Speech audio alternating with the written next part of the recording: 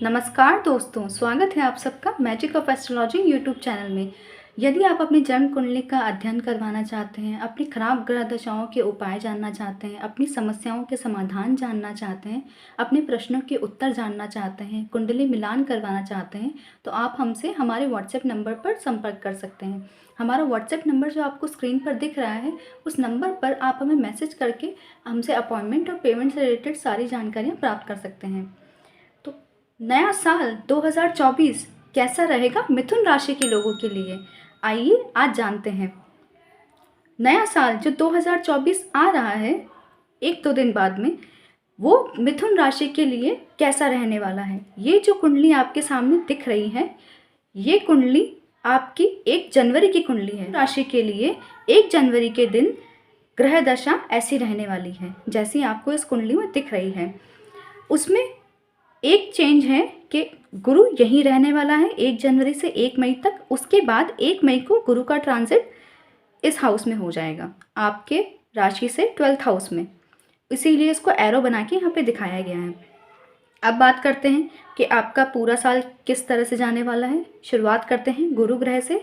गुरु आपकी राशि से आय स्थान पे रहने वाला है, आय और लाभ के स्थान पे 11th हाउस में 1 जनवरी से लेकर 1 मई तक। ये आपके लिए बहुत ही अच्छा है। गुरु धन के कारक हैं, गुरु आय और रोजगार के कारक भी हैं, और वो आपके आय स्थान पर ही बैठे हैं, आपकी राशि से आय स्थान पर बैठे हैं। वो आपको ज़बरदस्त आय करवाएंगे ही, आपके इनकम सोर्सेस को बढ़वाएंगे ही। बिल्कुल आपके लिए ये बहुत ज़्यादा शुभकारी रहने वाला है। गुरु यहाँ बैठ के आपको आय दिलवाएंगे, कि बड़े भाई बहनों से आपके संबंध अच्छे करवाएंगे। गुरु की ये पोजीशन बहुत ही ज़्यादा अच्छी है। आप अगर प्राइवेट जॉब में हो या फिर सरकारी में हो या फिर खुद का ही कोई काम करते हैं, उन सभी चीज़ों के लिए आपके आय के मामले से, धन के मामले से ये जो गुरु की पोजीशन है, ये बहुत ही अच्छी है। इसमें कोई समस्या नहीं है। यहाँ से गुरु की 5वीं दृष्टि पड़ेगी 3rd हाउस पे। 3rd हाउस पे गुरु की 5वीं दृष्टि बहुत अच्छी है। पराक्रम को भी ये आपके बढ़ाएंगे और ये आपके छोटे भाई बहनों से भी संबंध अच्छे करेंगे। यहाँ खुद विराजमान होकर आपके बड़े भाई बहनों से भी संबंध अच्छे करेंगे, और यहाँ पे दृष्टि डाल के छोटे भाई बहनों के संबंध भी अच्छे करेंगे, और छोटे भाई बहनों की तरक्की के लिए भी शुभकारी होंगे। और यहाँ पराक्रम स्थान पे दृष्टि डाल के आपको पराक्रमी भी बनाएंगे, कि आप अपने ही पराक्रम से अपने आय के स्रोत नए पैदा करेंगे, सृजित करेंगे। ये बहुत ही अच्छा है। उसके बाद में गुरु की 7वीं दृष्टि पड़ेगी यहाँ पर। यहाँ से बैठ के वो आपके संतान स्थान पर दृष्टि डाल रहे हैं, तो आपके संतान के लिए अच्छा है, संतान से सुख प्राप्त करने के लिए अच्छा है, संतान की तरक्की के लिए भी अच्छा है। यहाँ से हम ज्ञान और विद्या देखते हैं, ज्ञान विद्या और बुद्धि देखते हैं। जो भी स्टूडेंट्स किसी कंपटीशन की तैयारी कर रहे हैं या फिर अपना जो भी एजुकेशन ले रहे हैं, उन सब में वो अच्छा ही करेंगे। गुरु की ये दृष्टि बहुत अच्छी है। और प्रेम संबंधों के लिए भी गुरु की ये दृष्टि बहुत अच्छी है। अब गुरु की दृष्टि अमृत होती है, तो आप अगर किसी हम 5th हाउस से प्रेम संबंध भी देखते हैं, तो आप किसी भी तरह के प्रेम संबंध में हैं, तो गुरु की इस दृष्टि की वजह से आपके प्रेम संबंधों में मिठास आएगी। गुरु की यह दृष्टि बहुत ही अच्छी है। उसके बाद में गुरु की दृष्टि 9वीं दृष्टि पड़ेगी आपके 7th हाउस पे, तो आपके दाम्पत्य सुख पाने के लिए ये दृष्टि बहुत अच्छी है। और जिन लोगों का विवाह नहीं हुआ है, उनको विवाह के अवसर मिलेंगे जनवरी से लेकर 1 मई तक। गुरु की इस दृष्टि की वजह से ये आपके विवाह के चांसेस अपने आप क्रिएट करेंगी। आपको बहुत अच्छे अच्छे प्रपोजल्स मिलेंगे गुरु की इस दृष्टि की वजह से, और दाम्पत्य सुख भी आपको बहुत अच्छा मिलेगा। दाम्पत्य सुख में मिठास मधुरता बनी रहेगी, किसी तरह की कोई परेशानी नहीं होगी। गुरु की दृष्टि आपके लिए बहुत शुभकारी है, क्योंकि गुरु का ये खुद का घर है, ये गुरु की राशि है। इस वजह से गुरु अपने ही घर को देख के तो ये उसमें 4 चांद लगा देंगे, उसके फलों को बहुत ज़्यादा बढ़ा देंगे। अब यहाँ से हम व्यापार भी देखते हैं। खुद आय स्थान पे बैठ के ये आपके व्यापार के स्थान को देख रहे हैं, तो आप नया व्यापार शुरू करना चाहते हैं, तो उसके लिए ये अवसर बहुत ही अच्छा है। आप नया व्यापार शुरू करके अपनी आय कमा सकते हैं। आप नया अपना खुद का कोई काम धंधा शुरू करके आप उसमें ज़बरदस्त आय कमा सकते हैं। आपकी इनकम ज़रूर होगी। आप अगर सोच रहे थे नया व्यापार शुरू करने के लिए, तो आपको यही सही समय है, यही शुभ समय है कि जब आपको रिस्क लेके आगे बढ़ जाना चाहिए। सितारे आपके फेवर में ही हैं। गुरु की दृष्टि से सब बहुत अच्छा है। उसके बाद जब गुरु का ट्रांजिट हो जाएगा 2 नंबर की राशि में, आपकी राशि से 12वें स्थान पर, कब होगा? 1 मई को होगा।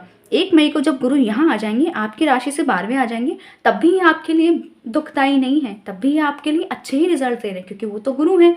अच्छे रिजल्ट किस तरह से दे रहे हैं? यहाँ से विदेश को देखा जाता है। तो अब आप विदेश से लाभ कब आएंगे? विदेश से आपको कोई ना कोई अवसर ज़रूर प्राप्त होगा, विदेश से आपके सौदे होंगे। और दूसरी बात, ये गुरु धर्म और भाग्य के कारक हैं, और यहाँ से हम विदेश का आना जाना आवागमन भी देखते हैं, यात्राएं देखती हैं।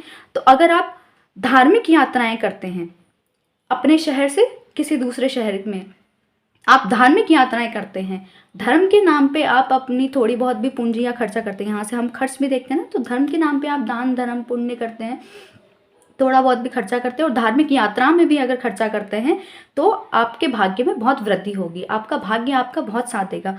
आप अगर 10 रुपये भी खर्च करते हैं धार्मिक यात्रा के लिए या फिर धर्म के नाम पे पुण्य दान धर्म करने के लिए, तो आपको 100 रुपये का फायदा होगा। यहाँ पे बैठ के गुरु जो आपसे खर्च करवाएंगे, धार्मिक कार्यों के लिए ही खर्च करवाएंगे, धार्मिक यात्राओं के लिए खर्च करवाएंगे, और वो खर्च भी आपके लिए शुभ होगा।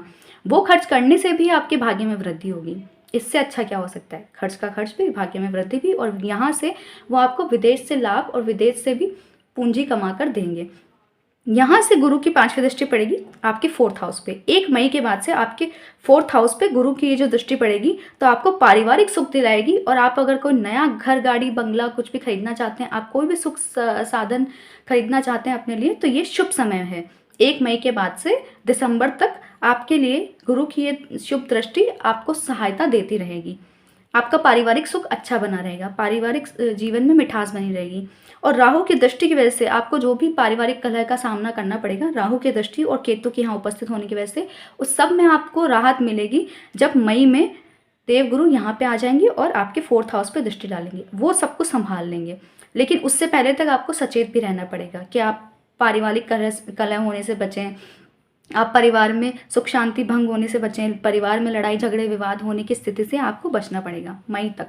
मई के बाद में गुरु की दृष्टि आपको इन सारी चीज़ों से बचा लेगी। उसके अलावा गुरु की दृष्टि पड़ेगी, 7वीं दृष्टि पड़ेगी आपके रोग स्थान पे, रोग रिपो ऋण के स्थान पे।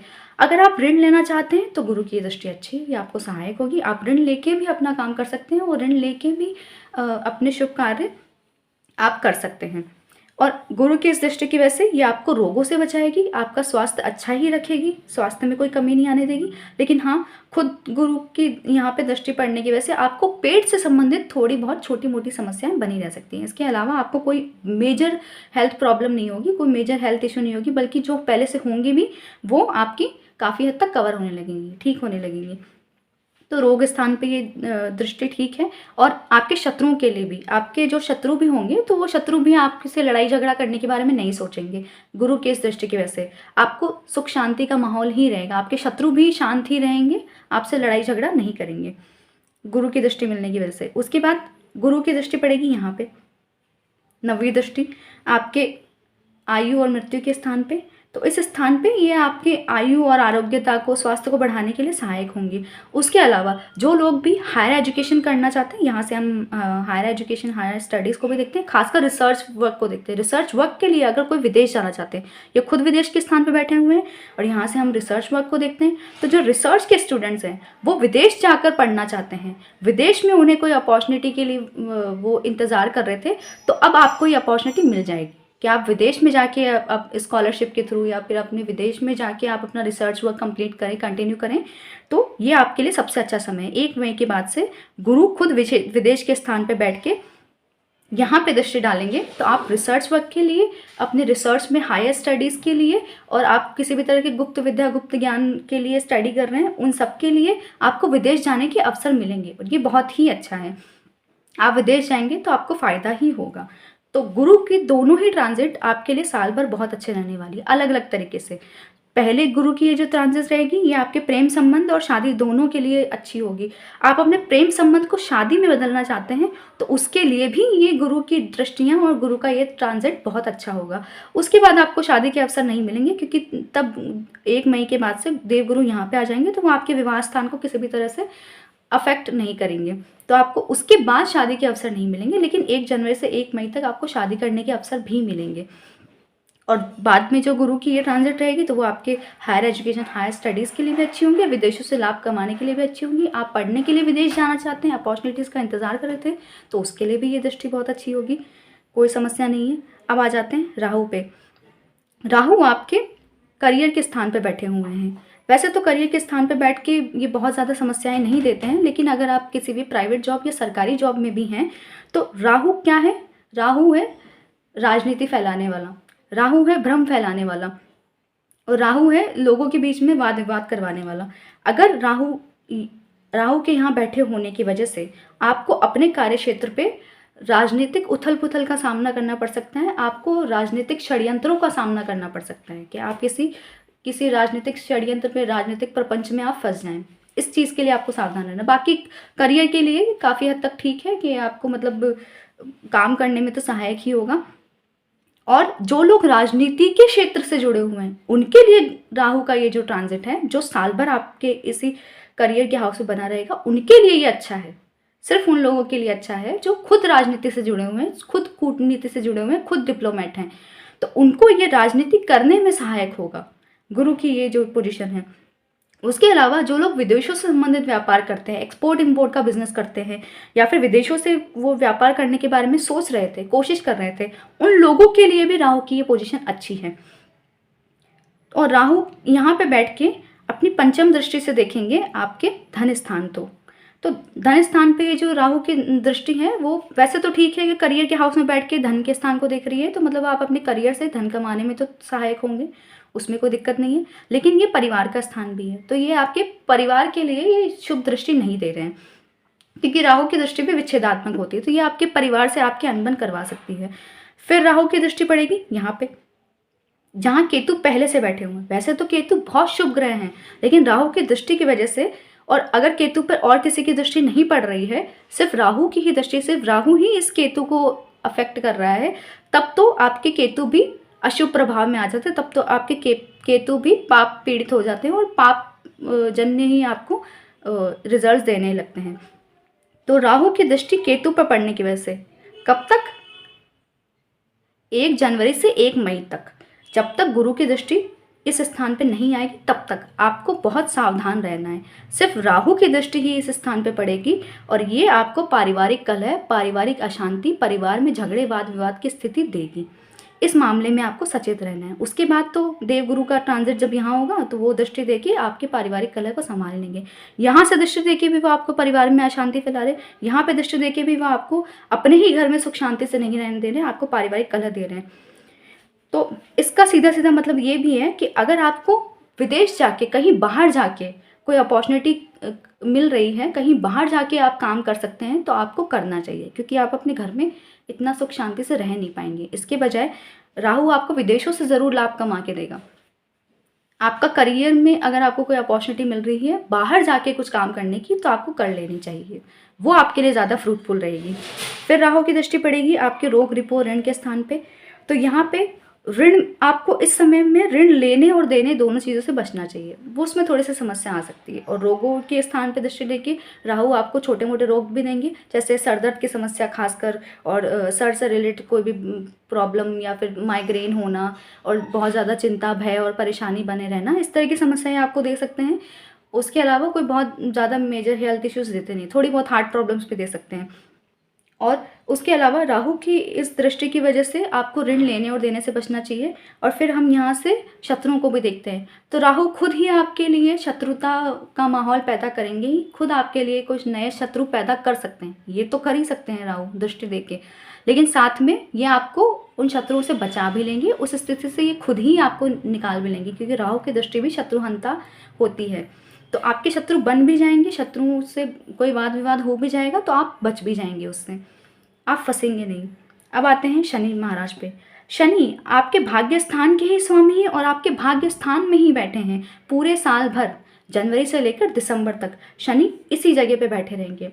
भाग्य के लिए शनि अच्छे ही हैं आपकी राशि के लिए, आपकी राशि के भाग्य के ही स्वामी हैं, और वो अपनी मूल त्रिकोण राशि में भाग्य स्थान पे साल भर बैठे रहेंगे। भाग्य का आपको साल भर बहुत ज़बरदस्त जो है सहयोग मिलता रहेगा।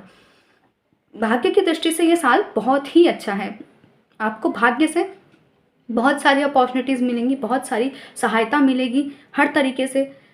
लेकिन शनि की ये जो तीसरी दृष्टि पड़ेगी आपके आय के स्थान पे, तो इसमें सिर्फ इतना सा होगा कि जब तक गुरु महाराज यहाँ बैठे, आय तो आपकी करवाएंगे, आय आपकी कहीं नहीं जाने वाली है शनि की दृष्टि से भी। पर शनि की दृष्टि विच्छेदात्मक होती है और शनि के लिए नीच की राशि है। तो शनि यहाँ पे दृष्टि देके सिर्फ इतनी सी समस्या पैदा करेंगे कि आपको कोई आय आती हुई दिख रही है तो उसमें थोड़ा सा डिले हो जाएगा, सिर्फ इतनी सी बात होगी, उसके अलावा कुछ नहीं होगा। ये नहीं होगा कि इनकम आएगी ही नहीं, इनकम आएगी ज़रूर, इनकम ये देंगे ज़रूर, बस थोड़ा डिले करके, थोड़ा रुक रुक के देंगे।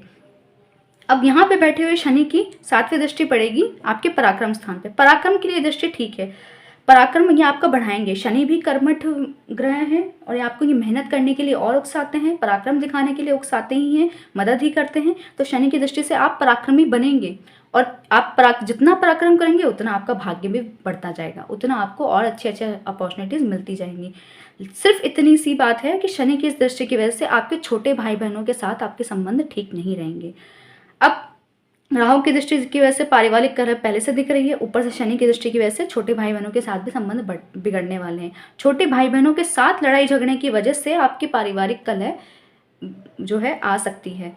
तो रीज़न भी पता चल गया किस तरह से पारिवारिक कलह आ सकती है। तो इन मामलों में आपको सचेत रहना है कि आपको शांति से बात करनी है लोगों से और आपको किसी तरह से अपने पारिवारिक सुख को मेंटेन करना है, हैंडल करना है।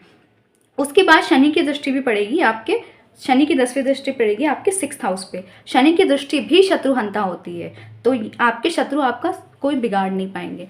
ये शनि की दृष्टि अच्छी है। भाग्य स्थान में बैठ के ये आपके 6th हाउस पे दृष्टि दे रहे हैं, तो अगर आप ऋण ले लेंगे तो भी, ऋण लेके भी आपका भाग्य आपका साथ देगा, ऋण लेके भी आप अपना कोई काम कर सकते हैं। ये शनि की दृष्टि बहुत अच्छी है।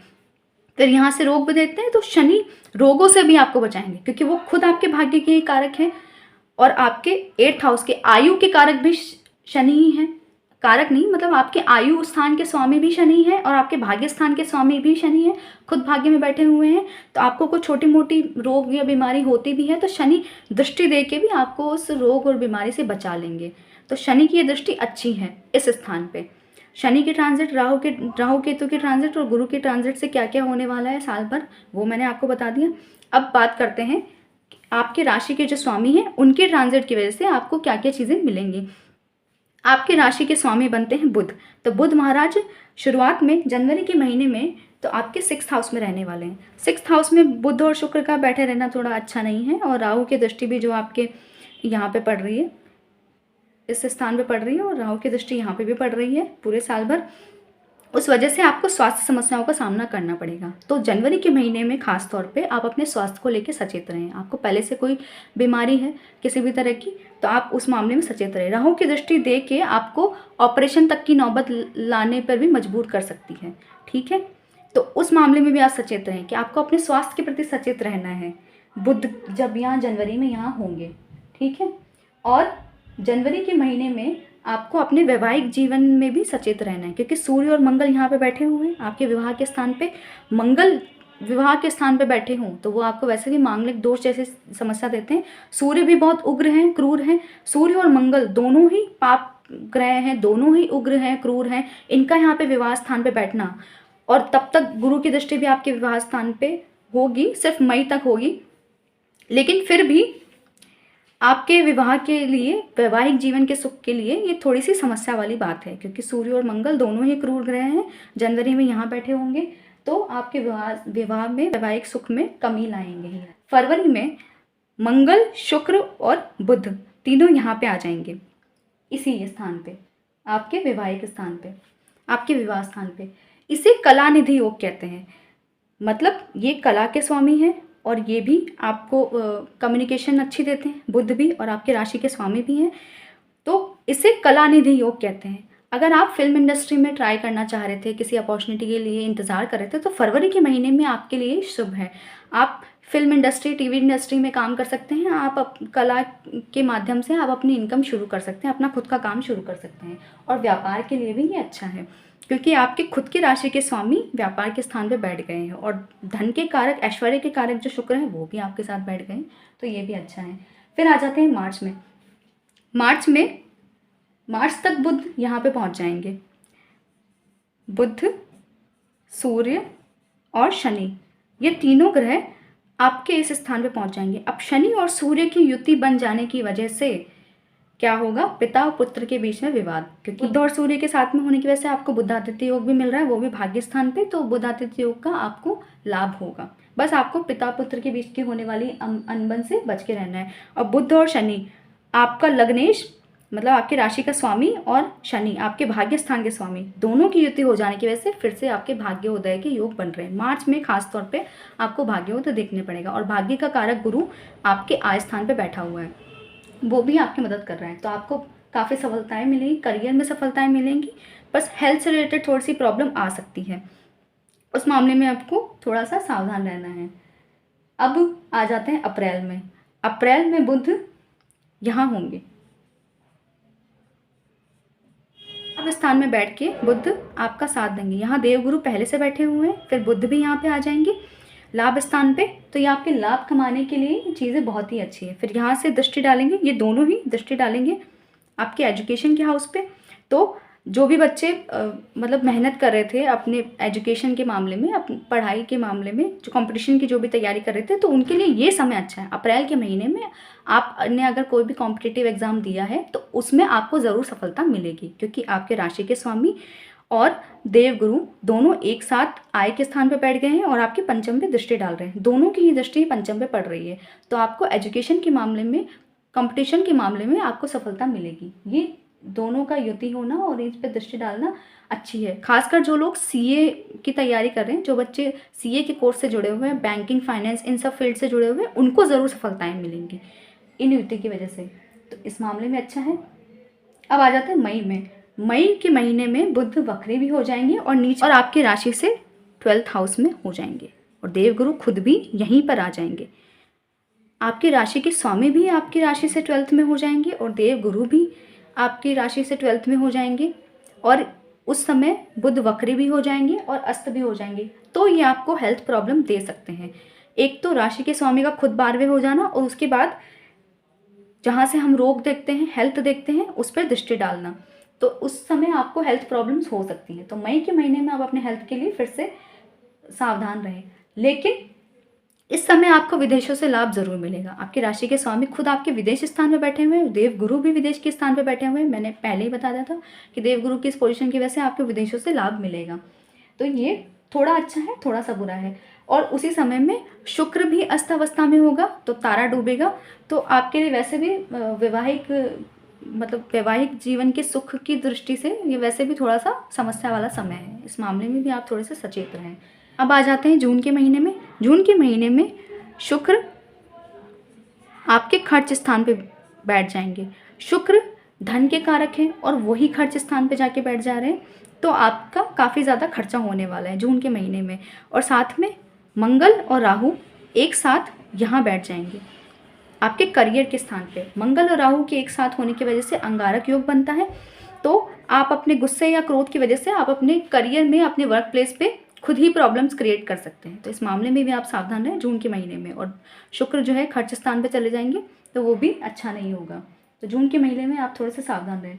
फिर उसके बाद में जुलाई के महीने में बुध आ जाएंगे आपके धन स्थान पे।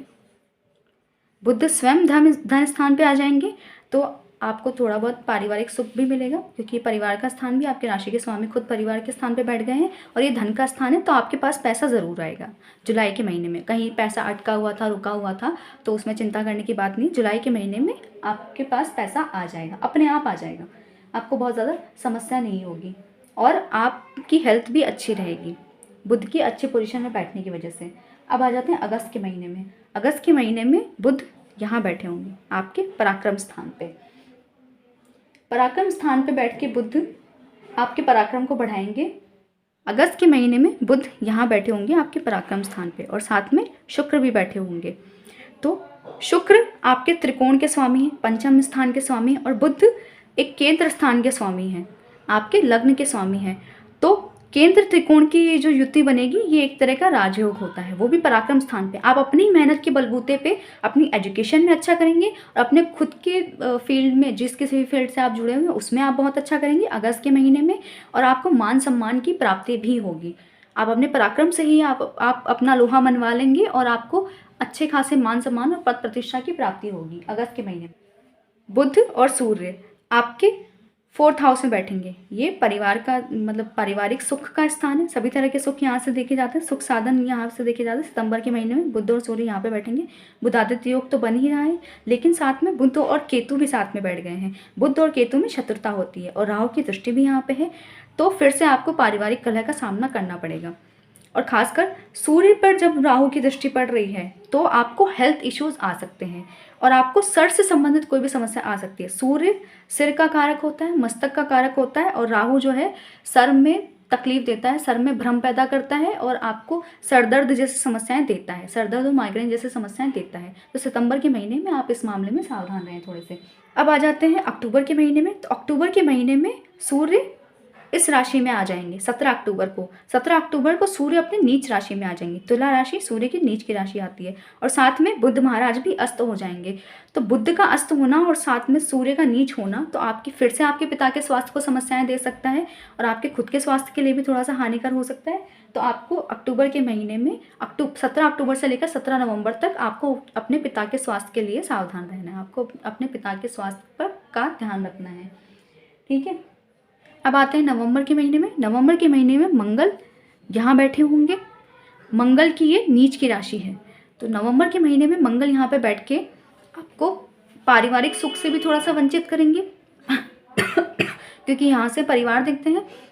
मंगल नीच की अवस्था में नवंबर के महीने में बैठ के आपको पारिवारिक सुख में थोड़ी सी कमी देंगे, और सूर्य 17 नवंबर के तारीख तक सूर्य अपनी नीच की राशि में रहेंगे। मंगल और सूर्य दोनों का नीच का हो जाना आपको परिवार में थोड़ी सी समस्या और परेशानी दे सकता है, और उसका रीज़न यही है कि आपके पिताजी की हेल्थ प्रॉब्लम की वजह से आपको जो है टेंशन और तनाव का सामना करना पड़ेगा।